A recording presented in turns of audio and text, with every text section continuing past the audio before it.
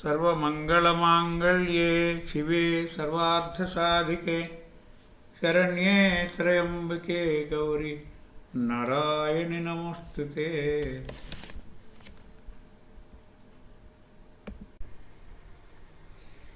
Sri Devi Bhagavatam, Skanda 1, Part D. Here we will be discussing the chapters 14 on the birth of S'uka Deva and on the duties of householders, chapter 15 on the dispassion of S'uka and the instructions of Bhagavatî to Hari, chapter 16 on S'uka's desiring to go to Mithilâ to see Janaka, and chapter 17 on S'uka's self-control. Here, the chapter 14 on the birth of S'uka Deva and on the duties of householders. Suta said, "O Maharishi, seeing the dark blue lady looking askance at him, Vyasadeva thought, indeed, what is to be done now? This Devakanya Apsara, Grishtachi, is not fit for my household." Then seeing Vyasadeva thus thoughtful, the Apsara thought that the Muni might curse her and got terrified. Confounded by terror, she assumed the form of a S'uka bird and fled away. Vyasa too became greatly surprised to see her in the form of a bird. The moment Vyasa saw the extraordinary beautiful form of Grishtachi, the Cupid entered then into his body, and his mind was filled with the thought of sweet feminine form, and was gladdened, and all his body was thrilled with pleasure, so that the hairs of the body stood on their ends. The Muni Vyasadeva tried his best and exerted his powers of patience to its utmost, but failed to control his restless mind to enjoy the woman. Though he was very energetic and he tried repeatedly to control his heart, enchanted with the beautiful form of Gritachi, yet he could not, as due to a state of things preordained by God, control his mind. At his state, when he was rubbing the fire sticks to get the sacred fire, the 2 pieces of wood used in kindling the fire, his seed, Simon, fell from the Arani, the 2 pieces of wood used in kindling the sacred fire. But he did not take any notice of that, and he went on rubbing the fire sticks, when arose from that Arani the wonderfully beautiful form of S'uka Deva, looking like a second Vyasa. This boy, born of Arni fuel, looked there brilliant like the blazing fire of the sacrificial place, whereon oblations of ghee are poured. Seeing that son, Vyasadeva was struck with great wonder and thought thus, "What is this? How is it that my son is born without any woman?" Thinking for a while, he came to the conclusion that this had certainly come to pass as the result of boon granted to him by Shiva. No sooner the fiery S'uka Deva was born of Arani, he looked brilliant like fire by his own tapa, tejas. At that time Vyasadeva began to look with one steady gaze the blissful form of his son as a second Grahapatya fire, brilliant with a divine fire. O hermits, the river Ganges came there from the Himalayas and washed all the inner nerves of the child S'uka Deva by her holy waters, and showers of flowers were poured on his head. Vyasadeva next performed all the natal ceremonies of the high-souled child. The celestial drums were sounded, and the celestial nymphs began to dance, and the lords of the Gandharvas, Vivasu, Narada, Tumbura, and others began to sing with great joy for the sight of the sun. All the Devas and Vidyadharas began to chant hymns with gladdened hearts at the sight of the divine form. The son of Vyasa, born of Arani,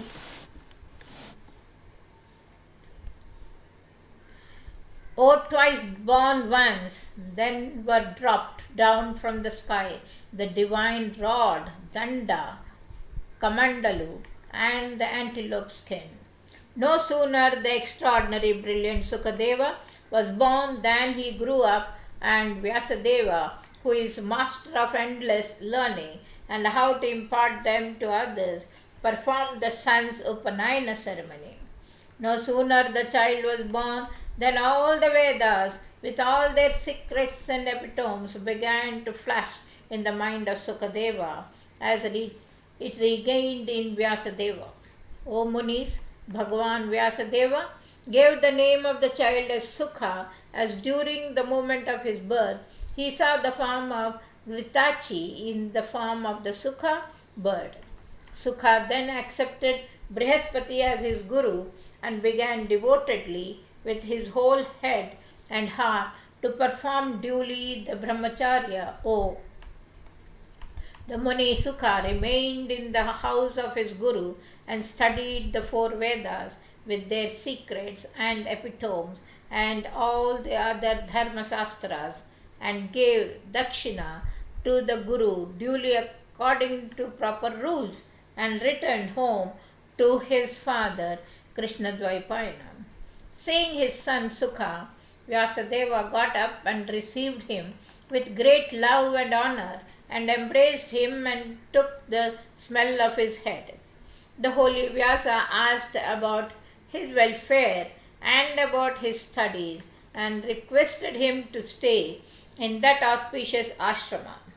Vyasa then thought of Sukha's marriage, and he became anxious and began to inquire where a beautiful girl of a Muni can be found. And he spoke to his son. O highly intelligent one, you have now studied all the Vedas and Dharmasastras. Therefore, O sinless one, better marry now. O son, take a beautiful wife, and leading a householder life, worship the Devas and Pitris and free me from death. There is no other way of issueless persons. He can never go to heaven. So, O highly fortunate son of mine, now enter into the life of a householder and make me happy. O highly intelligent one, I have big expectations from you. Now try to fulfill them. O greatly wise Sukha, after a very severe asceticism, I have got you, who are verily a Deva born without any womb. I am therefore your father, save me. When Vyasa spoke thus to Sukha, making him sit close by, the highly dispassionate Sukha at once made out that his father was terribly attached to the world, and replied, O knower of Dharma, you have, by the power of your great intelligence, divided Veda into 4 parts. Why are you therefore advising me so now? I am your disciple, so give me true advice. Certainly I will obey your order. At this Vyasadeva said, O son, I have got you after I had performed very severe tapasya for 100 years and worshipped Bhagavan Shankara in the sole object of having you. O highly wise one, I will ask some king and will give you sufficient wealth for your family expenses, so that you, having attained this much desired youth, enjoy the householder's life. Hearing these words of the father, S'uka Deva said, O father, kindly say this to me, what pleasure is there in this earth that is not mixed with pain? The happiness that is mixed with pain is not called happiness by the wise. O highly fortunate one, when I will marry, I will become certainly submissive to that woman. See then how happiness can be possible to one who is dependent. especially to one dependent on one's wife. Rather, freedom can be obtained one day when one is tied to an iron or wooden pillar, but never freedom will come to that man who is tied by his wife and children. As the body of man is full of urine and feces, so is the body of the woman. The more so when I am born of no womb, how can I find happiness there? Not only in this birth, but in my previous birth too. I had no desire to be born of any womb. How can I desire now to enjoy the pleasure of urine and feces in the face of the bliss of self, and has got no other bliss equal to it? The high-souled persons that find pleasure in their lives, in their selves, never go after the sensual pleasures of the objects of enjoyment. When I studied first the Deva is in detail in Vedas, it struck me that the Vedas dealt with the Shastras of Karma Marga. Then I took Brihaspati as my guru to show me the way to true wisdom. But soon I found that he too was attacked with the dreadful disease of Vidya, ignorance, and plunged in the terrible ocean of world full of Maya. So it became quite clear to my mind how could he save me. If the physician be diseased himself, how can he effect cures to other diseases? When I am desirous of liberation, how can I get it from a guru who is himself deeply attached to the world? How can such a one treat my case to free me from the disease of attachment to this world? It would be merely a farce. I bowed down to the Guru, and how now I am come to you to save me, frightened by this terrible serpent of samsara. Day and night the jivas travel in this awful wheel of samsara, this constellation of Jodai. They are moving like the sun and never get any rest. O Father, if we discuss about the truth of Atman, we will at once find that there is no trace of happiness in this samsara. As the worms enjoy pleasures in the midst of fishes, so the ignorant persons find pleasures in this samsara. Those who have studied the Vedas and other Shastras and are yet attached to the world are certainly deluded and blind like horses, pigs, and dogs. No one is more stupid and ignorant than those persons. Getting this extremely rare human birth and studying the Vedanta and other Shastras, if they be attached to this world, then who are the men that will attain freedom? What more wonder can you find in this world than the fact that persons attached to wives, sons, and houses are denominated as pandits? That man who is not bound by this samsara, composed of the three gunas of Maya, is pandit. That man is intelligent and he has understood the real importance of Shastras. What use can there be in studying the Shastras in vain that teach how to bind men more firmly in this samsara full of Maya? That samsara ought to be studied, which tells how a man would be liberated. The house is called Griha because it catches hold of a man firmly, so that happiness can you expect from the house which is like a prison? O Father, I am therefore afraid. Those pandits are certainly stupid and they are certainly deceived by the Creator, who having the birth even of men became again imprisoned. Hearing these words of S'uka, Vyasa spoke as follows. O son, the house is never a prison, nor is it the cause of any bondage. The householder whose mind is unattached can get moksha in spite of his being such. Truthful, holy earnings, wealth by just means, and performing according to the rules and rites and ceremonies is stated in the Vedas, and doing Shraddhas duly, a householder can certainly get moksha. See a man who is brahmachari, who is an ascetic, who is a vanaprasthi, or follows any other method, or all have got to worship the householder after midday. The religious householder too welcomes them all with sweet words and gives them food with great love and respect, and thus does them an amount of good. For this reason, the householder stage is the most excellent of all, and I have not seen or heard of any other ashrama superior to it. For this reason, Vasistha and other acharyas resorted to householders' life in spite of their being endowed with great wisdom. O highly fortunate one, if one performs duly the rites and ceremonies of the Vedas, there is nothing that is impracticable to him, be it the birth in a good family, or the enjoyment of heaven, say, or be it moksha. Whatever desires, it is fruitful to success. Also, there is no such rule that one will have to remain in one and in the same ashrama throughout his life.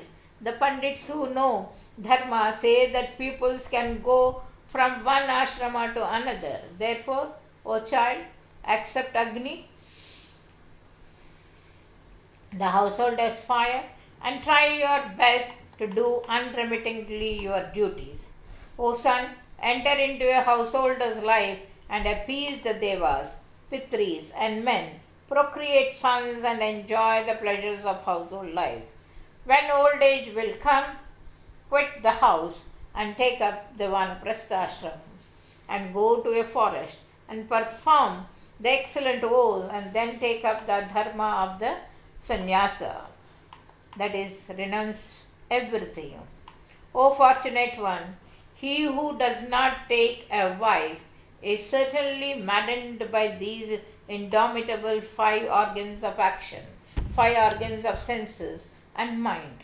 Therefore, the makers of the Shastra say that to save oneself from the pernicious influence of these vicious senses, one is to take wife during his youth time and then be engaged in performing tapasya during his old age.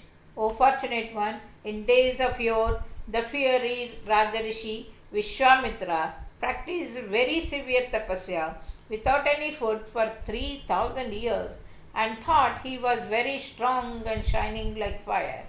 He was fascinated by the charm of the celestial nymph Janaka, and an auspicious daughter was born from the womb of Janaka by Vishwamitra. My father Parasara, though a great ascetic, was struck with Cupid's arrows at the sight of the daughter of a fisherman named Kali, and accepted her in the boat. What more than this, that Brahma, seeing his own daughter Sandhya, was struck by passion and ran after her, when Bhagavan Rudradeva made him unconscious by his hunkar sound and made Brahma desist from the attempt. So, O fortunate one, take my word, pregnant of good issues, and marry a lady born of a good family, and follow the path presented in the Vedas. Thus ends the 14th chapter of the first Skanda on the birth of S'uka Deva and the duties of a householder in Mahapurana, Srimad Devi Bhagavatam. Chapter 15 on the dispassion of Sukha and the instructions of Bhagavatî to Hari. Hearing these words of Vyasadeva, Sukadeva said, O father, I do not like at all to take a householder's life, as I see clearly that it fastens men as a cord fastens animals, and is a source of incessant pain. O Father, where can you expect happiness from a householder who is always loaded with anxiety? How and whence to get wealth? Those who have greed for wealth oppress their poor relatives even and extort money, even one who is the Lord of the three worlds, who is their Indra. He also is not so happy as a beggar that has no desires. See then, who else can be happy in this world? Whenever an ascetic is seen to practice severe asceticism, Indra, the lord of the Devas, becomes anxious and sorry and raises various obstacles in his way. See also that Brahma is not happy with his big samsara, his creation, which is his house. Bhagavan Vishnu, though he has got his beautiful Kamala, the presiding deity of all wealth and prosperity, is always suffering since he is incessantly engaged in fighting with the Asuras, and though he is the husband of Lakshmi and full of prosperity, he practices almost every now and then terrible asceticism with great care and earnestness. So who else is there who is possessed of constant happiness? I know also Bhagavan Shankara too suffers incessant trouble and has to fight against the Daityas. So then, O Father, how can a poor householder be happy when the rich householder cannot sleep happily? With his constant care for wealth, O highly fortunate one, knowing full well this truth of the world, why are you plunging me, your son, in this terrible samsara full of pains and agonies? O Father, what shall I say to you about the miseries of the world? There is pain in birth, pain in old age, pain in death, and pain in the life, in the womb full of urines and fishes. But the pain arising from desire and greed is more terrible than all the pains mentioned above. And then the pains experienced while asking for them are greater than the pangs of death. Alas, there is no other way for the Brahmanas to earn their livelihood than to accept gifts from others. Therefore, the Brahmans have to suffer daily death-like pangs in having to wait in expectation from others. Can there be anything more regrettable than this? The Brahmanas, studying all the Vedas and Dharmasastras and acquiring wisdom, have got at last to go to the rich and praise them carefully. So, Father, if one does not become a householder, then what care is there to feed one's own belly? If there be contentment in the mind, anyhow the belly can be filled with leaves, roots and fruits. But if there be wife, sons and grandsons, and many dependent relatives, then to feed them all, much trouble and anxiety are experienced. So how can you expect, O Father, perfect happiness in the world? So teach me, O Father, the Shastras and Yoga and eternal truth that will give perfect happiness. No advice in Karma Kanda will bring me pleasure. Now advise me how the karma can be exhausted, how the root of the three sorts of karma, Sanchita, Prabandha, and Vartamana, giving tournaments of birth, death, the avidya, the great ignorance, can be destroyed. The fools do not understand how the women suck the blood out of persons like leeches, for they get themselves deluded by their gestures and postures. The lady of the house, whom the people call Kanta, the beautiful one, steal away the semen virile, the strength and energy in the way of giving them happiness as sexual intercourse. and their minds and wealth and everything by their crooked love conversation. So see what greater thief can there be than a woman? In my opinion, those that are ignorant are certainly deluded by the Creator. They accept wife to destroy their own pleasures of happiness. They can never understand that the woman can never be the source of pleasure. They are the source of all miseries. Hearing these words of S'uka, Vyasa became merged in the deep sea of cares and anxieties, thinking what to do then. The incessant tears of pain flowed from his eyes. His whole body began to shiver, and his mind became too much worried. Seeing this distressed and sorrowful state of his father, S'uka Deva, with eyes full of wonder, said, "Oh, what a power has Maya got! Oh, he whose words are accepted by all with great love and care as equivalent to the Vedas, who is the author of the Vedanta Darshana, and before whom nothing is veiled in ignorance. Oh, that greatest Pandit, the knower of all the tattvas, is now deluded by Maya. Oh, what is that Maya who has been able to delude Vyasa Deva, the son of Satyavati, so skilled in the knowledge of Brahma Vidya? I also do not know how, with what great care, one is to practice sadhana towards her. Alas, he who has composed 18 Mahapuranas and the great Mahabharata, who has divided the Vedas in 4 parts, the same Veda Vyasa has today been deluded by the power of Maya. What to speak of other persons?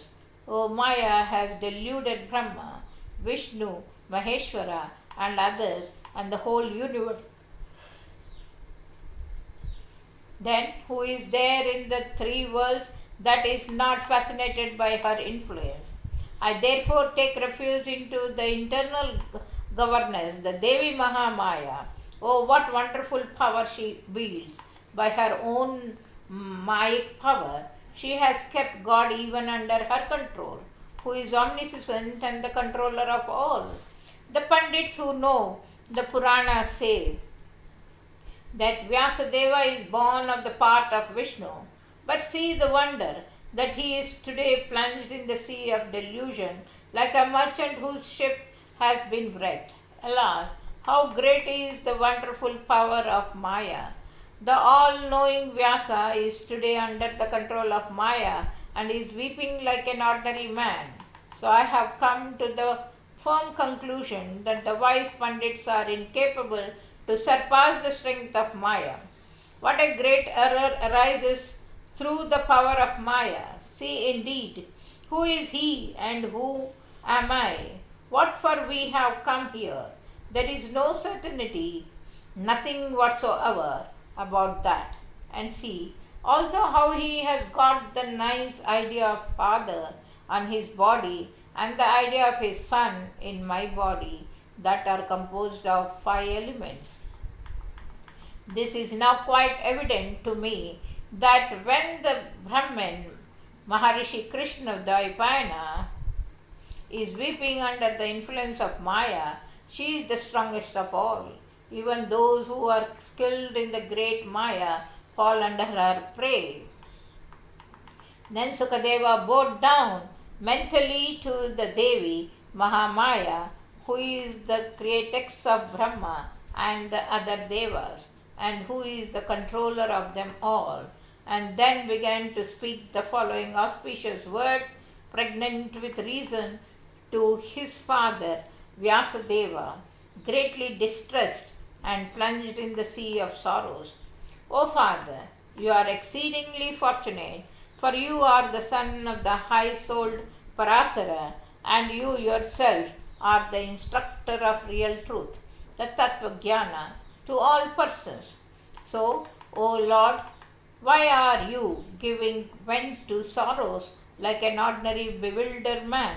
O Mahabhaga, why are you plunging yourself in this great error, though you are a high-souled personage. See, it is quite true that now I am born as your son, but this I don't know what relation existed between you and me in my previous birth.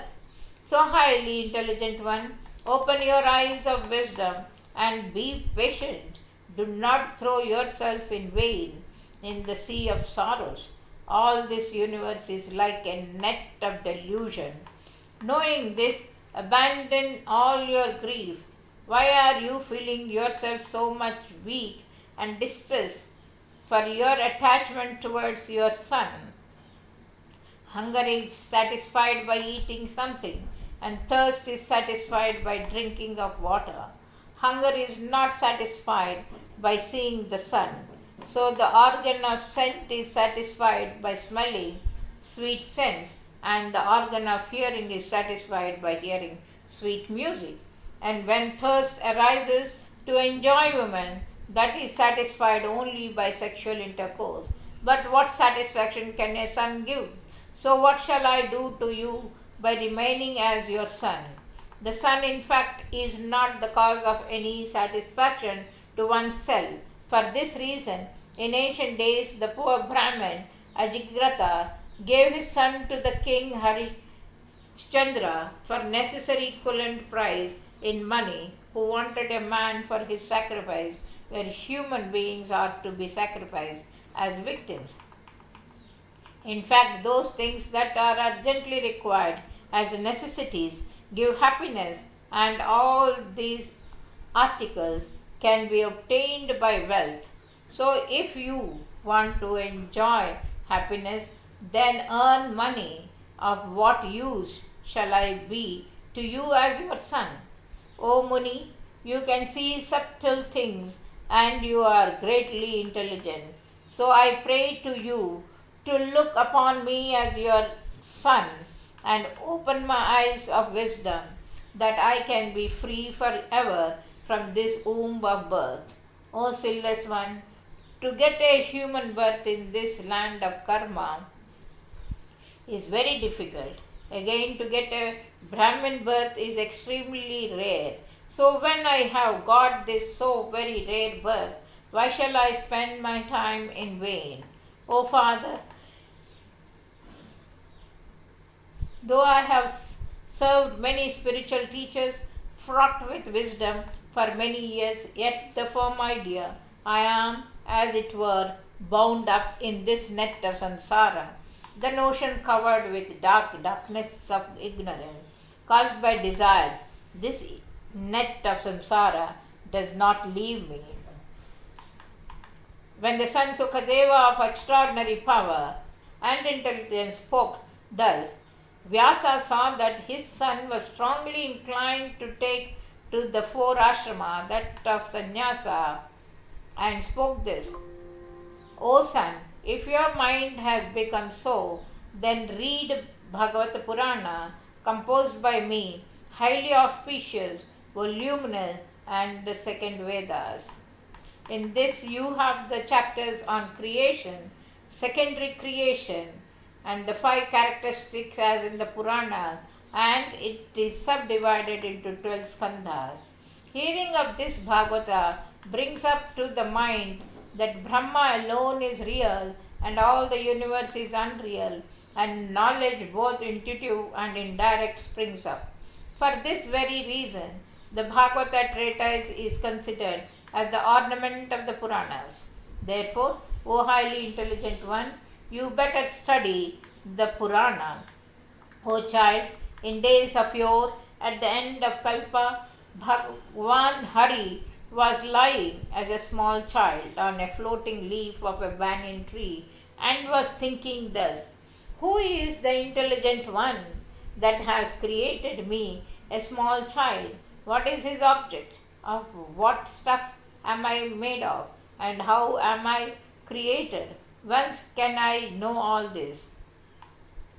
At this moment, the Devi Bhagavathi, who is all Chaitanya, seeing the high-souled Bhagwan Hari, musing thus, spoke out in the form of a celestial voice in the following half stanza: All this that is seen is myself.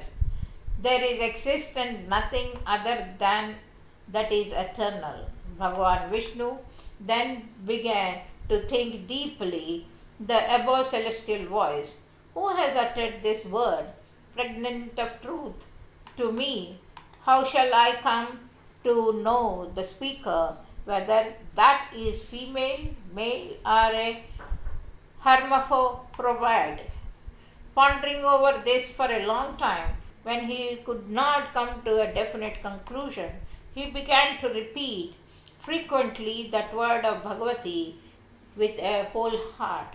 When Hari, lying on a banyan tree leaf, became very anxious to know what the above words implied, then the all auspicious Devi Bhagavathi, with a beautiful face, calm and quiet appearance, appeared before Bhagavan Vishnu of unrivaled splendor in the form of Mahalakshmi, who is all Sattva Guna, surrounded by her Vibhudis, her manifestations of attendants, her smiling companions of the same age, decked with ornaments and wearing divine clothes, and holding each in their four divine hands conch shell, disc, club, and lotus. The lotus-eyed Vishnu was very much surprised to see that beautiful Devi standing without anything to rest on that water.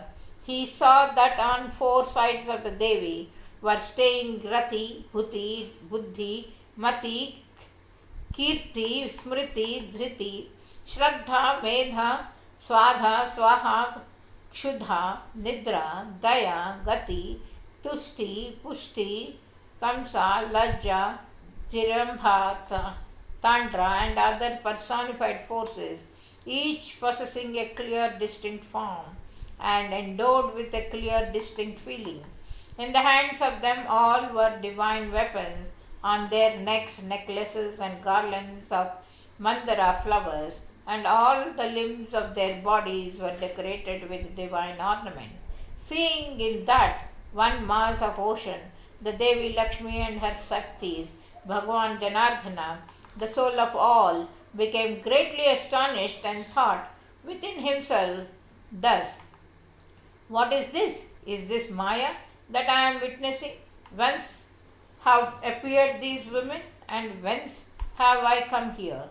Lying on this banyan leaf, how has the banyan tree come to existence in this one mass of ocean? And who is it that has placed me here in the form of a child? Is this my mother, or is this some Maya that can create impossible things? Why has she made herself manifest before me now? Or is there some hidden motive that she has appeared thus? What ought I to do now? Or shall I go to some other place? Or shall I continue remaining here in this form of the child, silent and vigilant? Thus ends the 15th chapter of the first Skanda on the dispassion of S'uka and the instructions of Bhagavatî to Hari in the Mahapurana Srimad Devi Bhagavatam.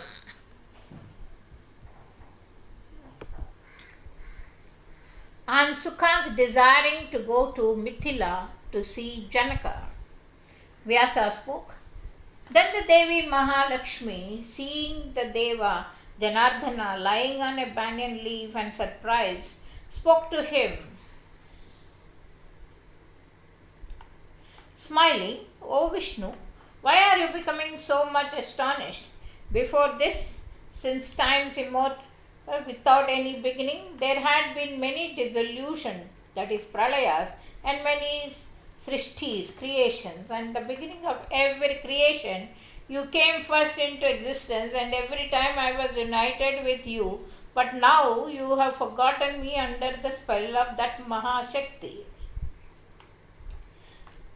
That highest Mahashakti is transcendent of all the gunas, but you and I are with gunas. Know me as the Shakti, all of Sattva Guna, who is widely known as Mahalakshmi. After this, the Prajapati Brahma, full of Rajogunas, the creator of all the lokas, will come into existence from your navel lotus and will create the three worlds.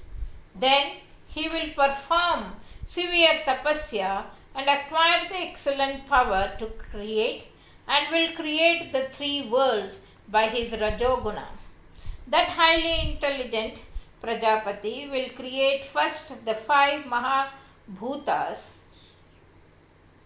all endowed with gunas, and then create mind with sensory organs and the presiding deities of the senses, and thus with all the ingredients fit for creation will create all the worlds. Therefore, he is denominated by all as the creator of Brahmanda. O highly fortunate one, you will be the preserver of this universe. When the Prajapati Brahma will be angry at the beginning of the creation on his four mind-born sons, Rudra Devi and Rudra Deva will appear. He will appear then from the center of his eyebrows. On being born, this Rudra Deva will practice very severe tapasya and will get the Samhara Shakti, who is all of Tamoguna, and at the end of the Kalpa will destroy all this universe of five elements. O highly intelligent one, so I have come to you for this work of creation. So take me to you as your Vaishnavi Shakti, full of Sattva Guna. O Mahasudhana, I will take refuge at your breast and will remain always with you. Hearing all this, Bhagavan Vishnu spoke, O beautiful Devi, the half stanza was long heard by me in clear words. By whom was that spoken? Kindly speak to me on this great auspicious secret first, for a great doubt has come and possessed my mind. What more shall I say than this, that a poor man always thinks of wealth, so I am thinking of that again and again. Hearing these words of Vishnu, the Devi Mahalakshmi smilingly said with great affection, O strong and energetic one, I am now speaking in detail on this. Listen, O four-armed one, it is because I have come to you with form and endowed with guna that you have come to know me. But you have not known that Adya Shakti, the prime force, transcendenting all the gunas, though she is the substratum of all the gunas. O highly fortunate one, that Devi Bhagavatī, transcendent of all the gunas, uttered that all auspicious, highly sanctifying semi-stanza, the essence of all the Vedas. O destroyer of the enemies, I think that there is highest grace of that highest Shakti on you, that she spoke the greatest secret to you for your benefit. O one performing good vows, know those words uttered by Mahavidya as the essence of all the Shastra. So firmly retain them within your heart. Never forget them. There is no other thing save that worth being known in earnest, because you are most beloved by the Devi, that she has spoken this to you. Hearing the words of the Devi, Mahalakshmi, the four-armed Bhagavan took that semi-stanza as a mantra to be repeated in right earnest within his mind and cherished that forever within his heart. After some time, Brahma, born of the lotus of the navel of Vishnu, became afraid of the two Daityas, Madhu and Kaitaba, took refuge of Bhagavan Vishnu. Vishnu killed the two demons and began to distinctly the japam of the semi-stanza. Brahma, born of the lotus, then asked Vishnu with a gladdened heart, O Lord of the Devas, what japam are you doing? Lotus-eyed, is there any other body more powerful than you? O Lord of the universe, whom do you think and thus feel yourself so happy? Hearing Brahma, Bhagavan Hari said, O highly fortunate one, think out yourself once of the primordial force, the auspicious Bhagavatî, Adya Shakti, who is reigning everywhere, as the cause and effect, and you will be able to understand everything. My presiding deity is that immeasurable eternal Mahashakti. Brahmamai, on whose Shakti, as a receptacle with form on this ocean, rests the whole universe. I am thinking of that by which is created this entire universe, moving and non-moving. When the Devi Bhagavathi, the giver of boons, become graciously pleased, the human beings become freed of this bondage of samsara, and again that highest eternal wisdom, the cause of mukti, becomes the source of bondage to this world of those who are deluded by her. She is the Ishwari of the Ishwaras of this universe. O Brahma, you and I, all other things of the entire universe, are born of the Chit Shakti, of her and her alone. There is no manner of doubt in this. The semi-stanza by which she has sown within me the seed of Bhagavata will get expanded by the beginning of the Dwapar Yuga. While Bhagavan Brahma was resting on the navel lotus of Vishnu, he got the seed of Bhagavata. When he gave it to his own son Narada, the best of the Munis, Narada gave it to me, and I have expanded that into 12 Skandas. Therefore, O Mahabhaga, you now study this Bhagavata Purana, equal to the Vedas and endowed with 5 characteristics. In this, the wonderful, glorious deeds and life of the Devi Bhagavathi, the hidden meanings of the Vedas and the wisdom, the truth are all described. Hence, this is the best of the Puranas and sanctifying like the Dharma Shastra. It is the substratum of Brahma Vidya. Therefore, if men study this, they will easily cross this sea of world, and those that are stupid and deluded get pleasure in hearing the death Vritasura and many other narrations that are interspread in this book. Therefore, O Mahabhaga, hear this sanctifying Bhagavata Purana and retain it firmly within your heart. O best of persons, you are the foremost of those that are intelligent, so you are worthy to read this Purana. 18,000 slokas are in that Purana, and you better get them by heart.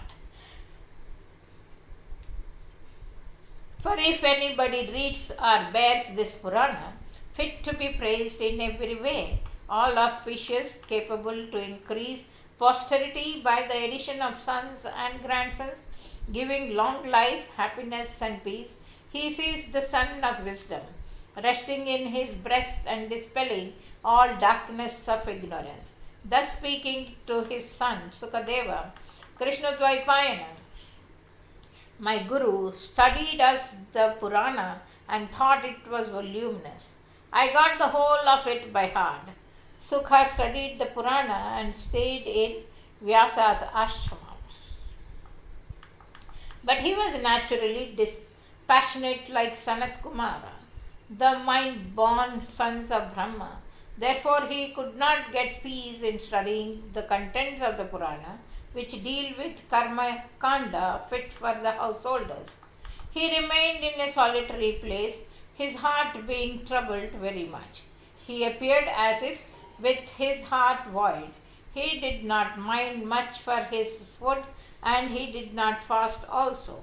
Once Vyasadeva, seeing his son S'uka so thoughtful, said, O son, what do you think constantly, and why are you troubling yourself so much?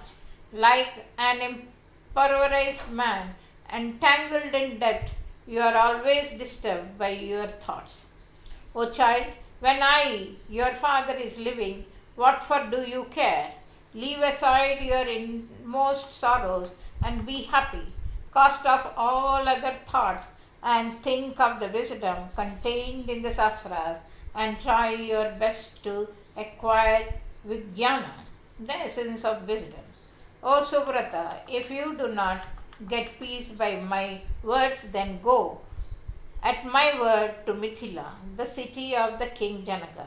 O Mahabhaga, that king Janaka, who is liberated while living, whose soul is religious and who is the ocean of truth, will cut asunder the net of your delusion. O son, go to the king and question him on Varna Ashrama Dharma and remove your doubts. That royal sage Janaka, the greatest yogi, the knower of Brahma and liberated while living, is of pure soul, truth speaking, of a calm and quiet heart, and always fond of yoga. Hearing these words of Vyasadeva, the highly spirited S'uka Deva of unrivaled energy replied, O virtuous one, your word can never turn out false. But when I hear that the king, Janaka, is gladly governing his kingdom, still he is liberated while living and disembodied while he was body. This your word appears to me quite contradictory, like light and darkness at one and the same place and time, and seems that these two epithets simply indicate vanity and nothing else. O Father, this is my greatest doubt. How can the royal sage Janaka govern his kingdom, being disembodied? It appears that your word about Janaka is quite false, as the son of a barren woman. O Father, I have now got a desire to see the disembodied King Janaka, for my mind is plunged in great doubt. How can he remain in samsara unattached like a lotus leaf in water? O greatest orator, is the liberation of Janaka according to Buddhistic doctrines or like the opinions of the materialistic Charvakas? O highly intelligent one, how can the royal sage Janaka, in spite of his being a householder, quit the usages of his senses? I cannot comprehend this. How can the things enjoyed by him appear to him as if unenjoyed, and how can his doings be his non-doings? How can the ideas of mother, wife, son, sister, prostitutes, and various persons having different relations arising within him vanish again altogether? And if that be not the case, how can his jiva muktihood be possible? If his state of present of pungent, sour, astringent, bitter, and sweet things, then it is clear that he is enjoying all the most excellent things.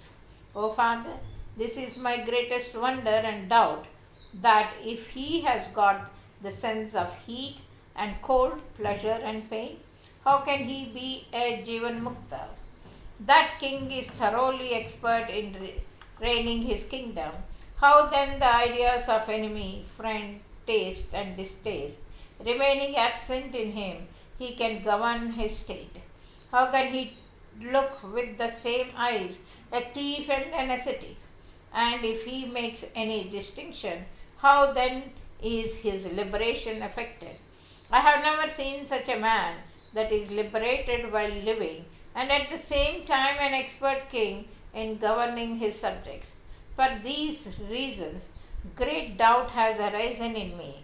I cannot understand how can the king Janaka be liberated while he is remaining in his house. Whatever it be, I desire now greatly to see him after his Jivan Muktihood.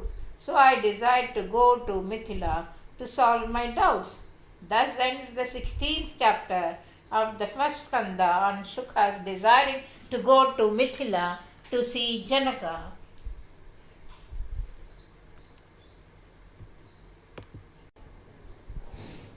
Chapter 17 on Shuka's displaying his self-control amidst the women of the palace of Mithilâ.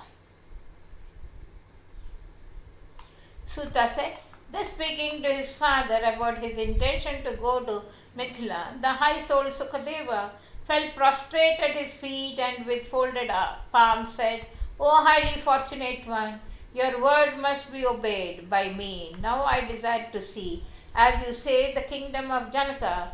Kindly give me permission. O Father, again the doubt is coming within me how the King Janaka is governing his kingdom without sentencing anybody. And if there is be no punishment within his kingdom, no one will remain in the path of virtue. It is for the sake of preserving religion that Manu and the other sages have always prescribed for punishment. How then religion can be preserved without inflicting punishment? O Mahabhaga, what you have spoken to me appears to me true like the sentence, my mother is barren. So, O destroyer of foes, permit me and I will start for Mithilâ. Seeing the greatly wise son S'uka, void of any desires, earnestly anxious to go to Mithilâ, gave him a cordial embrace and said, O highly intelligent son S'uka, peace be on you. Have a long life, O child. Speak truly before me and go, O son. Say that after going to Mithilâ, you will come back again to this ashrama, never that you will go anywhere else. O son, seeing the lotus face of yours, I am passing my days happily. If I do not see you, I will suffer extreme pain. What more than this, that you are my life and soul? I am saying, therefore, after seeing Janaka and clearing your doubts, come here again and remain at peace and study on the Vedas. Vyasa having spoken thus, S'uka bowed down and circumambulated his most worshipful father and went out. He began to walk very far, like an arrow leaving the bow, and when it has left the bow. On his journey he saw various countries, various classes of persons earning money, various gardens and forests, various trees. In some places he saw fields with green grains and grains standing on them.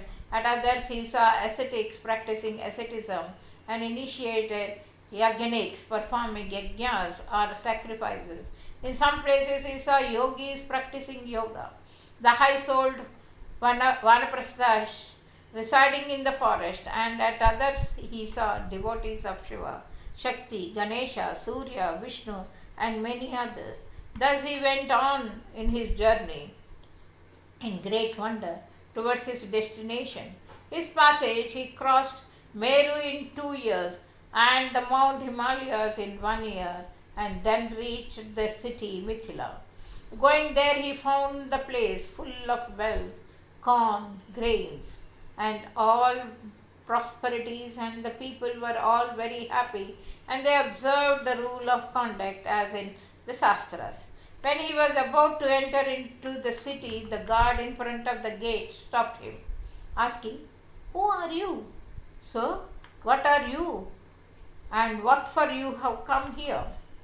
When the guard asked him thus, he replied nothing and went away to a distance, and with great wonder could not help laughing in his mind and remained motionless like a statue. At this the guard said, O Brahman, why have you remained silent? Kindly say what for you have come here. I know this well that nobody goes anywhere without having something to do. The king has forbidden strangers whose parentage and characters are not known. Therefore, O Brahmin, everyone has to take the king's permission before he goes into the city. It seems that you are a very energetic Brahmin and that you know the Vedas. So, O giver of honor, speak out to me your object in view and go into the city as you like. Hearing these words of the god, S'uka Deva began to say, I have come to see the city of Videha, Janaka, but now I see that persons like me find great difficulty to enter here. So, O gatekeeper, I have got the answer from you. I was a great fool that I was so much deluded to see the king. I crossed many countries and overtopped the two mountains and have come here. O Mahabhaga, what blame can I put on others? It is my father that has deluded me, or my karma done in my previous birth is now making me wonder about. Alas, in this world, greed for money is the sole cause to make a man knock about. But I have not got that even. My enormous idea has brought me so far. I now realize that a man having no desires gets constant happiness if he be not plunged in the net of delusion, else he cannot have any such. O Mahabhaga, though I have no desire of anything, yet I am plunged in the sea of moha. Alas, where is Meru and where is Mithilâ? I have walked so great a distance on foot. Alas, is this the result of my so long a journey? Therefore, I am thoroughly convinced that the Creator has deceived me. One must have to suffer for his prarabdha karma, be it auspicious or inauspicious. One must take one's effort, being always under the control of this law of karma. Though there be no apparent desire or cause, yet this prarabdha karma always put a man into different actions. This place is not a tirtha, nor there are the Vedas personified here, that I have taken so much pains and troubles to come here. Only there is one thing here, and that is the king Janaka, but there is no chance to see him even, for I have not been able to enter even within his kingdom. Thus saying, S'uka remained silent and began to stay as one who has taken the oath to remain silent. The god then took him to a very wise Brahman and spoke in sweet words. O Brahman, go to the place as you like, where you have got your work. O Brahman, I stopped you, so please excuse me for any offense incurred by me. Free persons like you have mercy alone as their greatest strength. Hearing this, S'uka Deva said, what is your fault? You are dependent on another. The servant ought to obey the words of his master and serve him by all means. And there is no fault of the king, too, in your not allowing me to enter, for the wise persons ought to ascertain by all means whether the newcomers are enemies or thieves. Hence, when I am quite a stranger, suddenly come to this place, that the fault is wholly mine. Every person knows that it is lowering oneself to go to another's house. The god then said, O great Brahman, what is happiness and what is pain?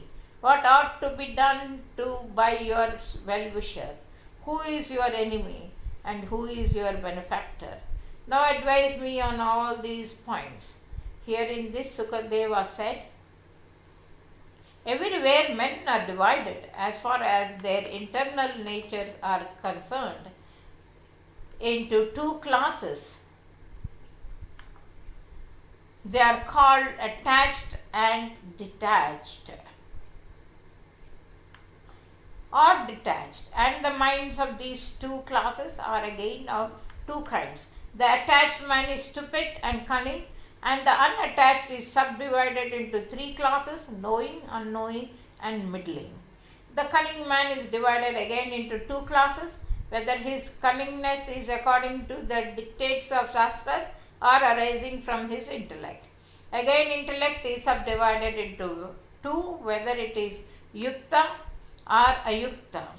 The god spoke, O learned one, I cannot understand what you say, so explain them to me what they mean. S'uka Deva said, those who are attached to this world are said to be attached persons. These attached persons feel frequently various pleasures and pains.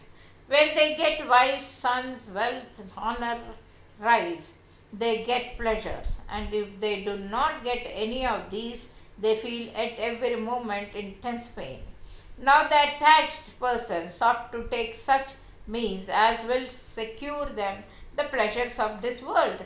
So whoever acts against those means are denominated as breakers of their happiness, and so they are enemies.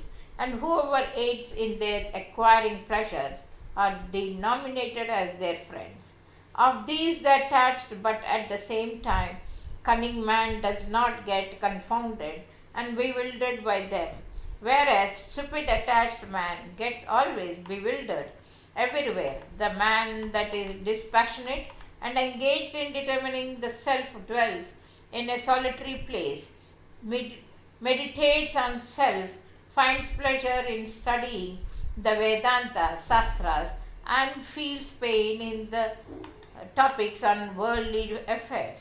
The wise man that wants his real welfare and is averse to the worldly enjoyments finds that he has many enemies. Lust, anger, palaces, and are his so many enemies. Contentment is his only friend in the three lokas, and no one is his real self. Hearing these words of S'uka Deva, the watchman considered S'uka Deva a very wise man and soon led him to a very beautiful compartment. S'uka Deva then began to see that the town was full of three sorts of men, good, middling, and bad, and the shops are filled with various articles of merchandise. The many things were being incessantly purchased and sold there. Within that town filled with many men, money, and all sorts of wealth and prosperities, almost everywhere were seen instances of attachment, hatred, lust, anger, greed, vanity, and delusion. At some parts there were seen persons quarreling with each other. Seeing thus the three sorts of persons, the highly energetic S'uka, blazing like a second sun, went to the royal palace when the gate man stopped him. He stood there like a log of wood and began to meditate on moksha. He began to think the light and darkness as same. The greatly ascetic S'uka became merged in dhyana and remained at one place motionless. In an instant a royal minister came out and saluting him with folded hands took him to a second compartment. Here the minister showed him beautiful divine gardens adorned nicely with rows of divine trees bearing fruits and gave him a good reception and took him to a very beautiful palace. The minister next ordered the public woman in royal service, expert in music and playing with instruments, and skilled in Kamasastra, to attend on S'uka Deva and went out of the palace. S'uka, the son of Vyasa, remained there. Those prostitutes then prepared various dishes suited to the time and place and sought the satisfaction of S'uka and then worshipped him duly with greatest devotion. Those ladies then residing within the four walls became enamored to see the beauty of S'uka Deva and showed him the gardens that existed in the inner compound. S'uka was young and beautiful. Over this he was extremely lovely, of nice limbs. His speech was soft and gentle, so he looked like a second Cupid. All the ladies, struck with Cupid's arrows, lost their consciousness. Then recovering, they considered S'uka Deva to be the great controller of passion and began to serve him with great care. The pure-minded S'uka, born of Arani, looked on them like his mother. S'uka, finding pleasure in self and the controller of anger, was not pleased or displeased with anything. So though he saw that the ladies were disturbed with some enormous feeling, he remained quite undisturbed, calm and quiet. The ladies then prepared a very nice bed whereon S'uka Deva would sleep. It was spread over with nice clean bedsheet. Many nice pillows were placed. He then washed his feet and with vigilance put on his finger the ring prepared of kusha grass and completing his evening sandhya became merged in dhyana.